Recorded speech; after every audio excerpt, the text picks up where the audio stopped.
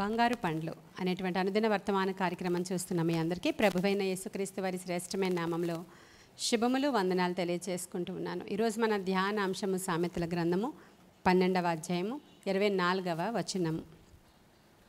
శ్రద్ధగా పనిచేయువాడు ఏలుబడి చేయును, సోమరివాడు వెట్టి పనులు చేయవలసి వచ్చును. శ్రద్ధగా పనిచేసేటువంటి వాళ్ళు ఎవరైనా సరే వాళ్ళని దేవుడు ఆశీర్వదిస్తాడు. వాళ్ళు ఏలుబడి చేసేవారిగా తయారవుతారు. వారు ఉన్నతమైనటువంటి ప్లేసెస్లో కూర్చుంటారు. శ్రద్ధగా పనిచేసేవాడికి ఆశీర్వాదం వస్తుంది. శ్రద్ధగా పనిచేసేవారు ఏలుతారు అనేటువంటి మాటలు మనం బైబిల్ గ్రంథంలో చూస్తాం. శ్రద్ధగా పనిచేయడం అంటే ఏ పని శ్రద్ధగా చేయాలి? మీకు ఏ పనిలో మీరు ఉన్నారో ఆ పని శ్రద్ధగా చేయాలి. మీకు ఒక ఉద్యోగంలో మీరు ఉన్నట్లయితే ఆ ఉద్యోగంలో మీకు ఇచ్చిన పనిని మీరు శ్రద్ధగా చేయాలి. దేవుని సేవలో మీరు ఉన్నట్లయితే దేవుని సేవని శ్రద్ధగా చేయాలి. ఒకవేళ దేవుని మందిరంలో ఏదో ఒక ఊడ్చే పని, లేదంటే కార్పెట్లు వేసే పని, మ్యూజికల్ ఇన్స్ట్రుమెంట్స్ ప్లే చేసే పని, లేదంటే కెమెరా ఆపరేట్ చేసే పని, ఎవరు ఏ పనిలో ఉన్నారో మీకు ఏ పని ఇవ్వబడిందో, లేదంటే మీరు ఏ పని తీసుకున్నారో, లేదంటే పెద్దల ద్వారా మీకు ఏదైనా పని నిర్ణయింపబడిందో ఆ పనిలో మీరు శ్రద్ధగా ఉంటే మీరే ఏలుబడి చేయువారిగా దేవుడు చేస్తాను అనే వాగ్దానం అండి ఇది.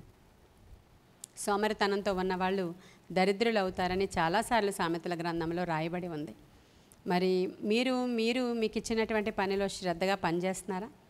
ఒకవేళ నీవు హౌస్ వైఫ్ అయితే నీకు ఇచ్చినటువంటి పనిలో నీ ఇంటిని చక్కబెట్టడంలో, మీ పిల్లలను చూసుకోవడంలో, నీవు వంట చేయడంలో, ఇవన్నీ చక్కబెట్టుకుని దేవుని సన్నిధికి వెళ్ళడంలో, ఇంటి వారిని కనిపెట్టుకుని ఉండుటలో నీవు శ్రద్ధగా ఉంటే తప్పేమీ లేదు. చాలామంది ఇలా అనుకుంటారు, నాకు దీనికోసమే నేను ఉన్నానా, నేనే పని చేయాలా, నేనే చూడాలా అనుకుంటూ ఉంటారు. లేదు, అది నీ పని. నీవు తల్లివైతే, నీవు ఒక భార్యవైతే, నీకు ఒక బాధ్యత ఉంటే ఆ బాధ్యతను నువ్వు సక్రమంగా నిర్వర్తించి చూడు. దేవుడు ఎంత గొప్ప తల్లిగా నిన్ను నిలవబెడతారో. సామెతల గ్రంథంలో ఉన్నట్లుగా గుణవతి అయిన భార్యగా నిన్ను ఏ విధంగా చేసి ఆయన ఆశీర్వదిస్తారో ఖచ్చితంగా నీవు చూస్తావు. చాలామందికి ఈ రోజుల్లో బద్ధకం. ఇంటిని చక్కబెట్టుకోవడం అంటే ఇష్టం ఉండదు. ఇల్లుని సిద్ధం చేసుకోవడం అంటే ఇష్టం ఉండదు. వంట చేయడం అంటే అస్సలు ఇష్టం ఉండదు. ఈ రోజుల్లో ఫాస్ట్ ఫుడ్స్ అన్నీ బయట వచ్చేసిన తర్వాత 24 గంటలు ఆర్డర్ బయటికి ఆర్డర్స్ చేసుకోవడం, తినడం. ఎందుకంటే వంట చేయుటలో, ఇంటిని చక్కబెట్టుకోవడంలో శ్రద్ధ లేదు. దానికి ఒక చిన్న మాట చెప్తారు, నీరసంగా ఉంది, చేయలేకపోతూ ఉన్నాం, అస్తమానం ఎవరు చేస్తారు అని. మరి ఇది వరకు దినాలలో అమ్మవాళ్ళు ఎలా చేసేవాళ్ళు? నిజంగా ఎంత శ్రద్ధగా వాళ్ళు ఇంటి పని చేసుకున్నారు కాబట్టి వారి పిల్లలు అంత శ్రద్ధగా ఎదిగారు, అంత మంచి స్థానాలలో వాళ్ళు ఉన్నారని మనం అర్థం చేసుకోవాలండి. మనం ఎలా ప్రవర్తిస్తున్నామో మన పిల్లలు కూడా అలాగే ప్రవర్తిస్తారు.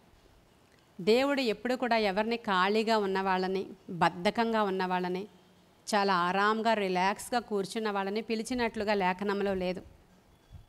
వాళ్ళ పనులు చేసుకుంటున్న వాళ్ళనే పిలుస్తాడు ఆయన. ఆ ఫిషర్మెన్స్ దగ్గరికి వెళ్ళినప్పుడు జాలర్లు ఆ వలలు కడుక్కుంటూ ఉంటారు.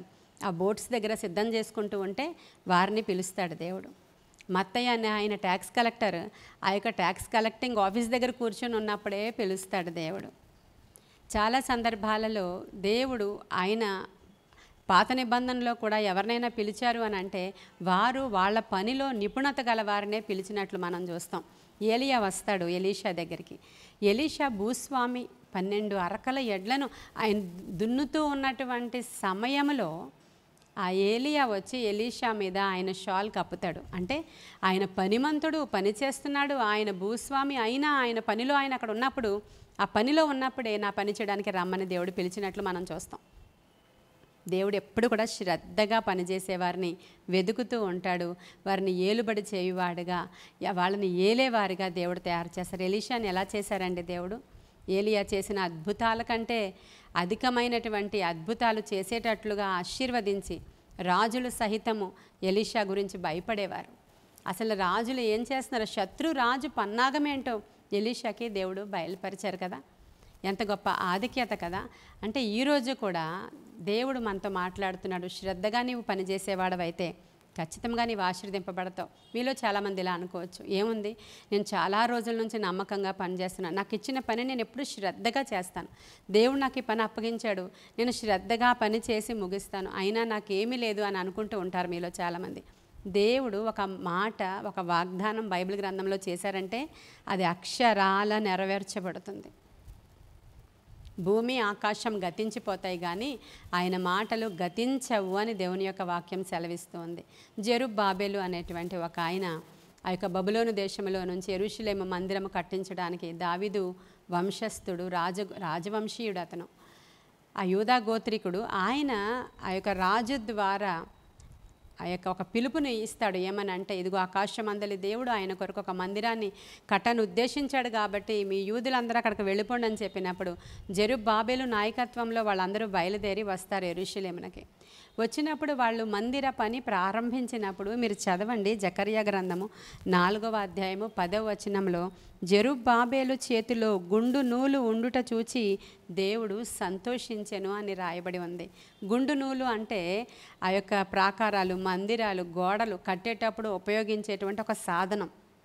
దానితో ఆ గోడంతా కూడా ప్లెయిన్గా లైన్గా వస్తుందో లేదో కొలతలు కొలిచేటువంటి ఒక సాధనం అండి అది.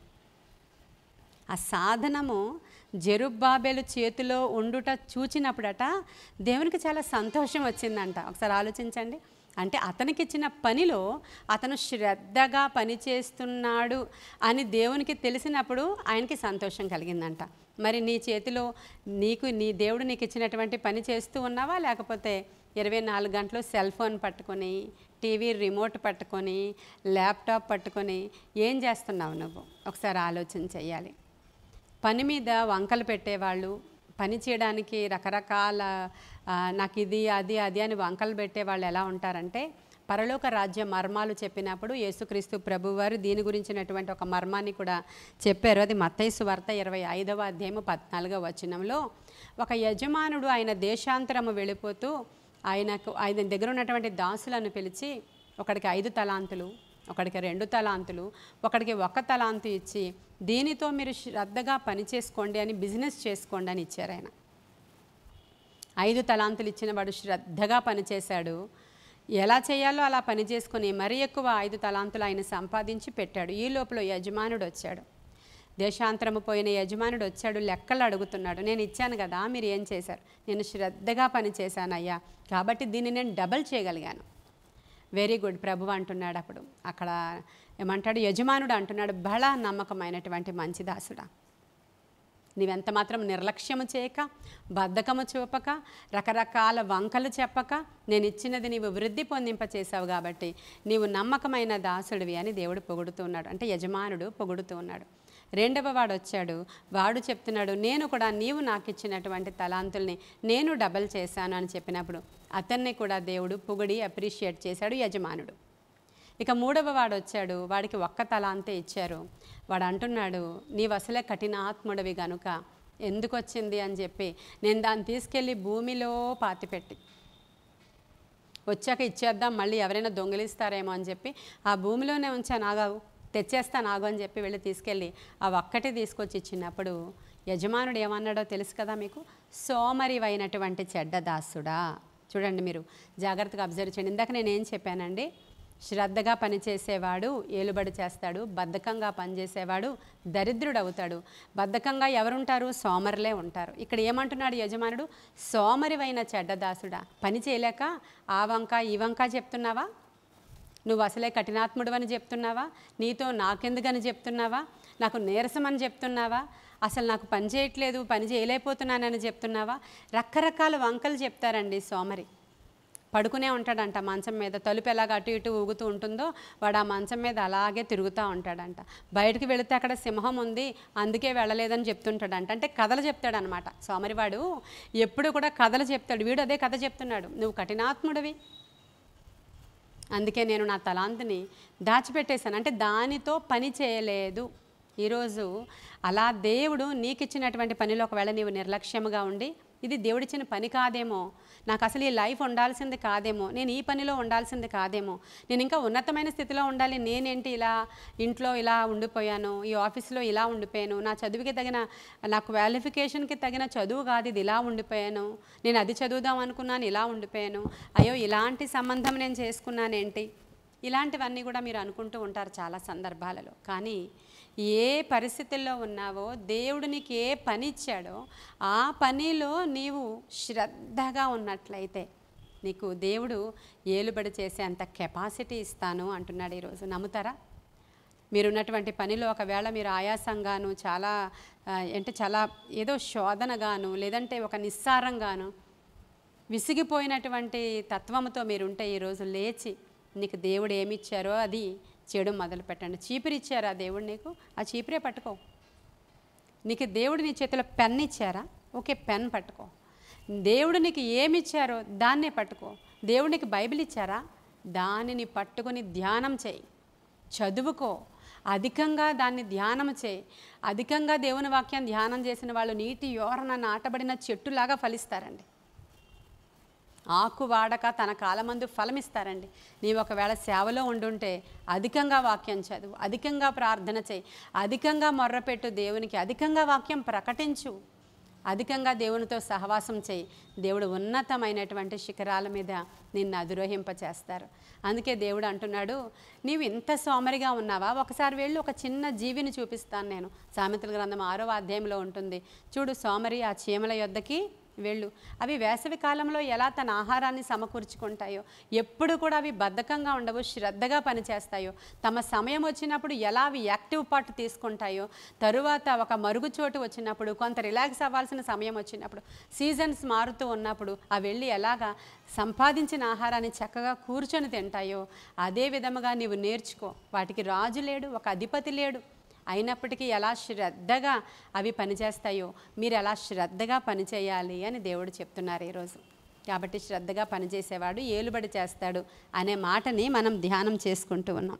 మరి ఈ విషయంలో మనం ఎలా ఉన్నాం? మీరు అనుకుంటూ ఉంటారు, ఆదాము అవ్వల్ని దేవుడు తయారు చేసిన తర్వాత, ఆదాముని దేవుడు తయారు చేసిన తర్వాత ఆ తోటలో, బాబు నీవి ఫ్రూట్స్ అన్నీ తింటూ ఉండు, చక్కగా నిద్ర వచ్చినప్పుడు పడుకో, ఆ తర్వాత సాయంకాలం అయిన తర్వాత ఉయ్యాల కట్టుకొని ఊగు, ఆ తర్వాత మళ్ళీ చల్లగాలి వేస్తుంది, చల్లగా ఉన్నప్పుడు నేను వస్తాను, మన ఇద్దరం కలిసి కబుర్లు మాట్లాడుకుందాం అని చెప్పలేదు దేవుడు.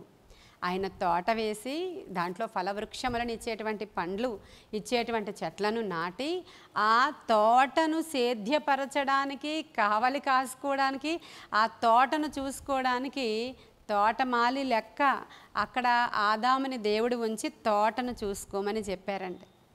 అంతే తప్ప ఆదాముని కూడా తయారు చేసి నువ్వు ఈ ఫ్రూట్స్ అన్నీ చక్కగా తింటూ ఉండు, తర్వాత రిలాక్స్ అయిపో, తర్వాత పడుకో, తర్వాత నేను వస్తాను మన ఇద్దరం మాట్లాడుకుందామని దేవుడు అలా చెప్పలేదు. ప్రియమైన దేవుని బిడ్డలారా, ఆయనకి కూడా పని అప్పగించాడు. పని చేయని వారు అంటే దేవుడికి ఇష్టం లేదు. ఈరోజు జ్ఞాపకం చేసుకోండి. ఒకవేళ మీలో ఎవరైనా వింటున్న వాళ్ళు సోమరితనంతో ఉంటూ ఇది సోమరితనం కాదు అనుకుంటున్నారేమో, ఇది సోమరితనం కాదు, నాకు నీరసము, నాకు బద్ధకం కాదు, నేను ఇంతే ఇలాగే ఉంటాను అనుకుంటున్నారేమో. ఒకసారి జ్ఞాపకం చేసుకోండి. దేవుని యొక్క సన్నిధిలో ఈరోజు అడగండి, ప్రభువా నాకు ఈ సోమరితనం వద్దు, ఈ బద్ధకం వద్దు, ఏ పనిలో మీరు నన్ను ఉంచారో ఆ పనిలో నేను నమ్మకస్తుడిగా ఉండే భాగ్యము నాకు దయచేయండి ప్రభువా. ఈరోజు ఈ వర్తమానం ద్వారా చిన్న విషయాన్ని నేను తెలుసుకున్నానని చెప్తే మంచిదే. అలా కాకుండా ఇంకా వంకలు చెప్పేవారముగా మనం ఉన్నామనుకోండి, ఖచ్చితంగా రాబోయేటువంటి ఉగ్రతలో నుంచి మనల్ని ఎవ్వరూ కూడా విడిపించలేరు. ప్రియమైన దేవుని బిడ్డలారా, దేవుడు ఎప్పుడు కూడా వాక్యం ద్వారా మనతో మాట్లాడుతూ ఉన్నప్పుడు మనం సరి చేసుకుంటూ ఉండాలి. ఇచ్చిన ప్రతి చిన్న పనిలో నీవు రిటైర్ అయిపోయి ఇంట్లో ఉన్నావా, దేవునితో సహవాసం చేయి, వాక్యం ధ్యానం చేయి. ఇంటి వారందరి కొరకు నీ ఒక కిరీటంలాగా ఉండాలి. వారందరి రక్షణ కొరకు ప్రార్థించాలి, వాళ్ళ యొక్క క్షేమము కొరకు ప్రార్థించాలి. అననుకూల పరిస్థితులు అక్కడ ఉన్నాయా? అయినప్పటికీ ప్రభువును వేడుకుంటే అక్కడ పరిస్థితులు అనుకూలపరుస్తారు. నీకు చేతనైనది నీవు చేస్తూ ఉండాలి. తర్వాత నీకు ఉద్యోగం రాలేదా? ఉద్యోగం తప్పకుండా దేవుడిస్తాడు, కానీ బద్ధకస్తుడుగా ఉండకు. ఇంత లోపల నువ్వేం చేయగలవో అది చేస్తూ దేవుని పని కొరకు నీవు పాటుపడుతూ ఇంట్లో ఉన్న వారికి కూడా సహాయకుడుగా ఉంటూ, సహాయకురాలుగా ఉంటూ నీకు దేవుడిచ్చేటువంటి ఆ బహుమానం కొరకు ఎదురు చూస్తూ ఉండాలి. ఇలా ఏ పనిలో ఉన్నవాళ్ళు ఆ పనిలో ఉంటే ఏదైతే నువ్వు కలిగి ఉన్నావో కలిగిన వానికే సమస్తం ఇస్తాడంట, లేని వాని దగ్గర నుంచి అది కూడా తీసివేయబడుతుంది అని రాయబడి ఉంది. కాబట్టి నువ్వేమి కలిగి ఉన్నావో, నీ చేతిలో ఏముంది? జెరుబ్బాబెలు చేతిలో గుండు నూలు ఉండుట చేత అది చూచినప్పుడు దేవుడికి చాలా సంతోషం అయ్యిందంట. ఆ తర్వాత గొర్రెలను మేపుతూ ఉన్నప్పుడు మోషే చేతిలో ఒక కర్ర ఉంది. ఆ కర్రను చూసినప్పుడు దేవుడు అన్నాడు, ఈ కర్రతోనే నేను అద్భుతాలు చేస్తాను. నీ చేతిలో ఏముంది మోషే అని అడిగాడు ఆయన. నా చేతిలో కర్ర ఉందయ్యా. ఆ కర్ర ఒకసారి కిందన పడవే, అది పాము అయిపోతుంది. తర్వాత మరలా చేతిలో పట్టుకో, దీనితోనే నువ్వు ఫరో దగ్గరికి మాట్లాడడానికి వెళతావు అన్నాడు ఆయన. దావీదు దగ్గరికి వెళ్ళి, నీ చేతిలో ఏముంది అంటే, ఈ వడిసెల రాయి ఉందయ్యా, పర్వాలేదు, దీంతోనే నీవు జయిస్తావు. కాబట్టి ప్రియమైన దేవుని బిడ్డలారా, ఈరోజు మీరు ఏమి కలిగి ఉన్నారో దానిని బట్టి సంతోషించండి. ప్రభు సన్నిధిలో చిన్న ప్రార్థన చేసుకోండి, బద్ధకం విడిచిపెట్టండి, శ్రద్ధగా పనిచేయడం నేర్చుకోండి. దేవుడు నిశ్చయంగా మిమ్మల్ని ఆశీర్వదిస్తాడు. ఈ కొన్ని మాటలు దేవుడు మన వినికిడిలో దీవించునుగాక. ఆమేన్. ప్రార్థన చేసుకుందామా? మహాపరిశుద్ధుడైన తండ్రి, మహోన్నతుడైన దేవా, నీకు వందనాలు, స్తోత్రాలు. నిశ్చయముగా మీరు మా మధ్యలో ఉన్నారు, మాతో మాట్లాడారని నమ్ముచున్నాను. ఈ వాక్యము ఎవరికి అవసరమో వారి యొద్దకి ఇది తీసుకొని వెళ్ళండి అయ్యా. ఉదయకాల సమయంలో వినిన మేమందరం కూడా మరలా రెక్టిఫై చేసుకొని, మరలా నూతన పరచబడి, శరీర బలాన్ని పెంపొందింప చేసుకొని, నీ పనిలో ముందుకు వెళ్ళే భాగ్యము మాకు దయచేయండి. ఎవరెవరు ఏ పనులలో ఉన్నారో దానితో పాటు మేమందరము ప్రభు పని చేయాలని ఆశ కలిగి నాయన అన్ని బాధ్యతలు సక్రమంగా నిర్వర్తించడానికి సహాయం చేయండి. చాలామంది మగవాళ్ళు ఉద్యోగాలు చేయకుండా, దేవా తండ్రులే ఉద్యోగాలు చేయకుండా పిల్లలకి బాధలు పెడుతూ ఉన్నారని చాలా రిక్వెస్ట్లు వస్తూ ఉన్నాయి ప్రభా. వారు దానికి అనేక రకాలైన వంకలు చెప్తున్నారని, వారిని పట్టి పీడిస్తున్న బద్ధకపు దురాత్మ, లేజీనెస్ నజరేయుడైన యేసు నామములో వారిని విడిచి బయటికి పారిపోవునుగాక. కష్టపడి పనిచేయడానికి అవసరమైన కృప వారి మీదకి దిగి వచ్చునుగాక. స్త్రీలు కూడా ఇలా ఇంటిని అస్తవ్యస్తంగా ఉంచేవారు, వారిని కూడా దర్శించండి. వారిలో ఉన్న బద్ధకపు దురాత్మ పారిపోవునుగాక. చదువుకుంటున్న బిడ్డలు చదువును ప్రక్కన పెట్టి లేజినెస్తో ఉన్నారు, వారిలో ఉన్నటువంటి ఆ లేజినెస్ అనే దురాత్మ బయటికి పారిపోవునుగాక. ఎవరి పరిధిలో వాళ్ళు వాడబడ్డానికి అవసరమైన కృప దయచేయమని, వారిలో ఉన్నటువంటి చెడ్డ దురాత్మ, బద్ధకపు దురాత్మ కాల్చివేయమని నీ కృపగల హస్తానికి వినిన వారిని నన్ను అప్పగించుకుంటూ యేసయ్య నామంలో అడుగుచున్నాము తండ్రి. ఆమేన్. God bless you.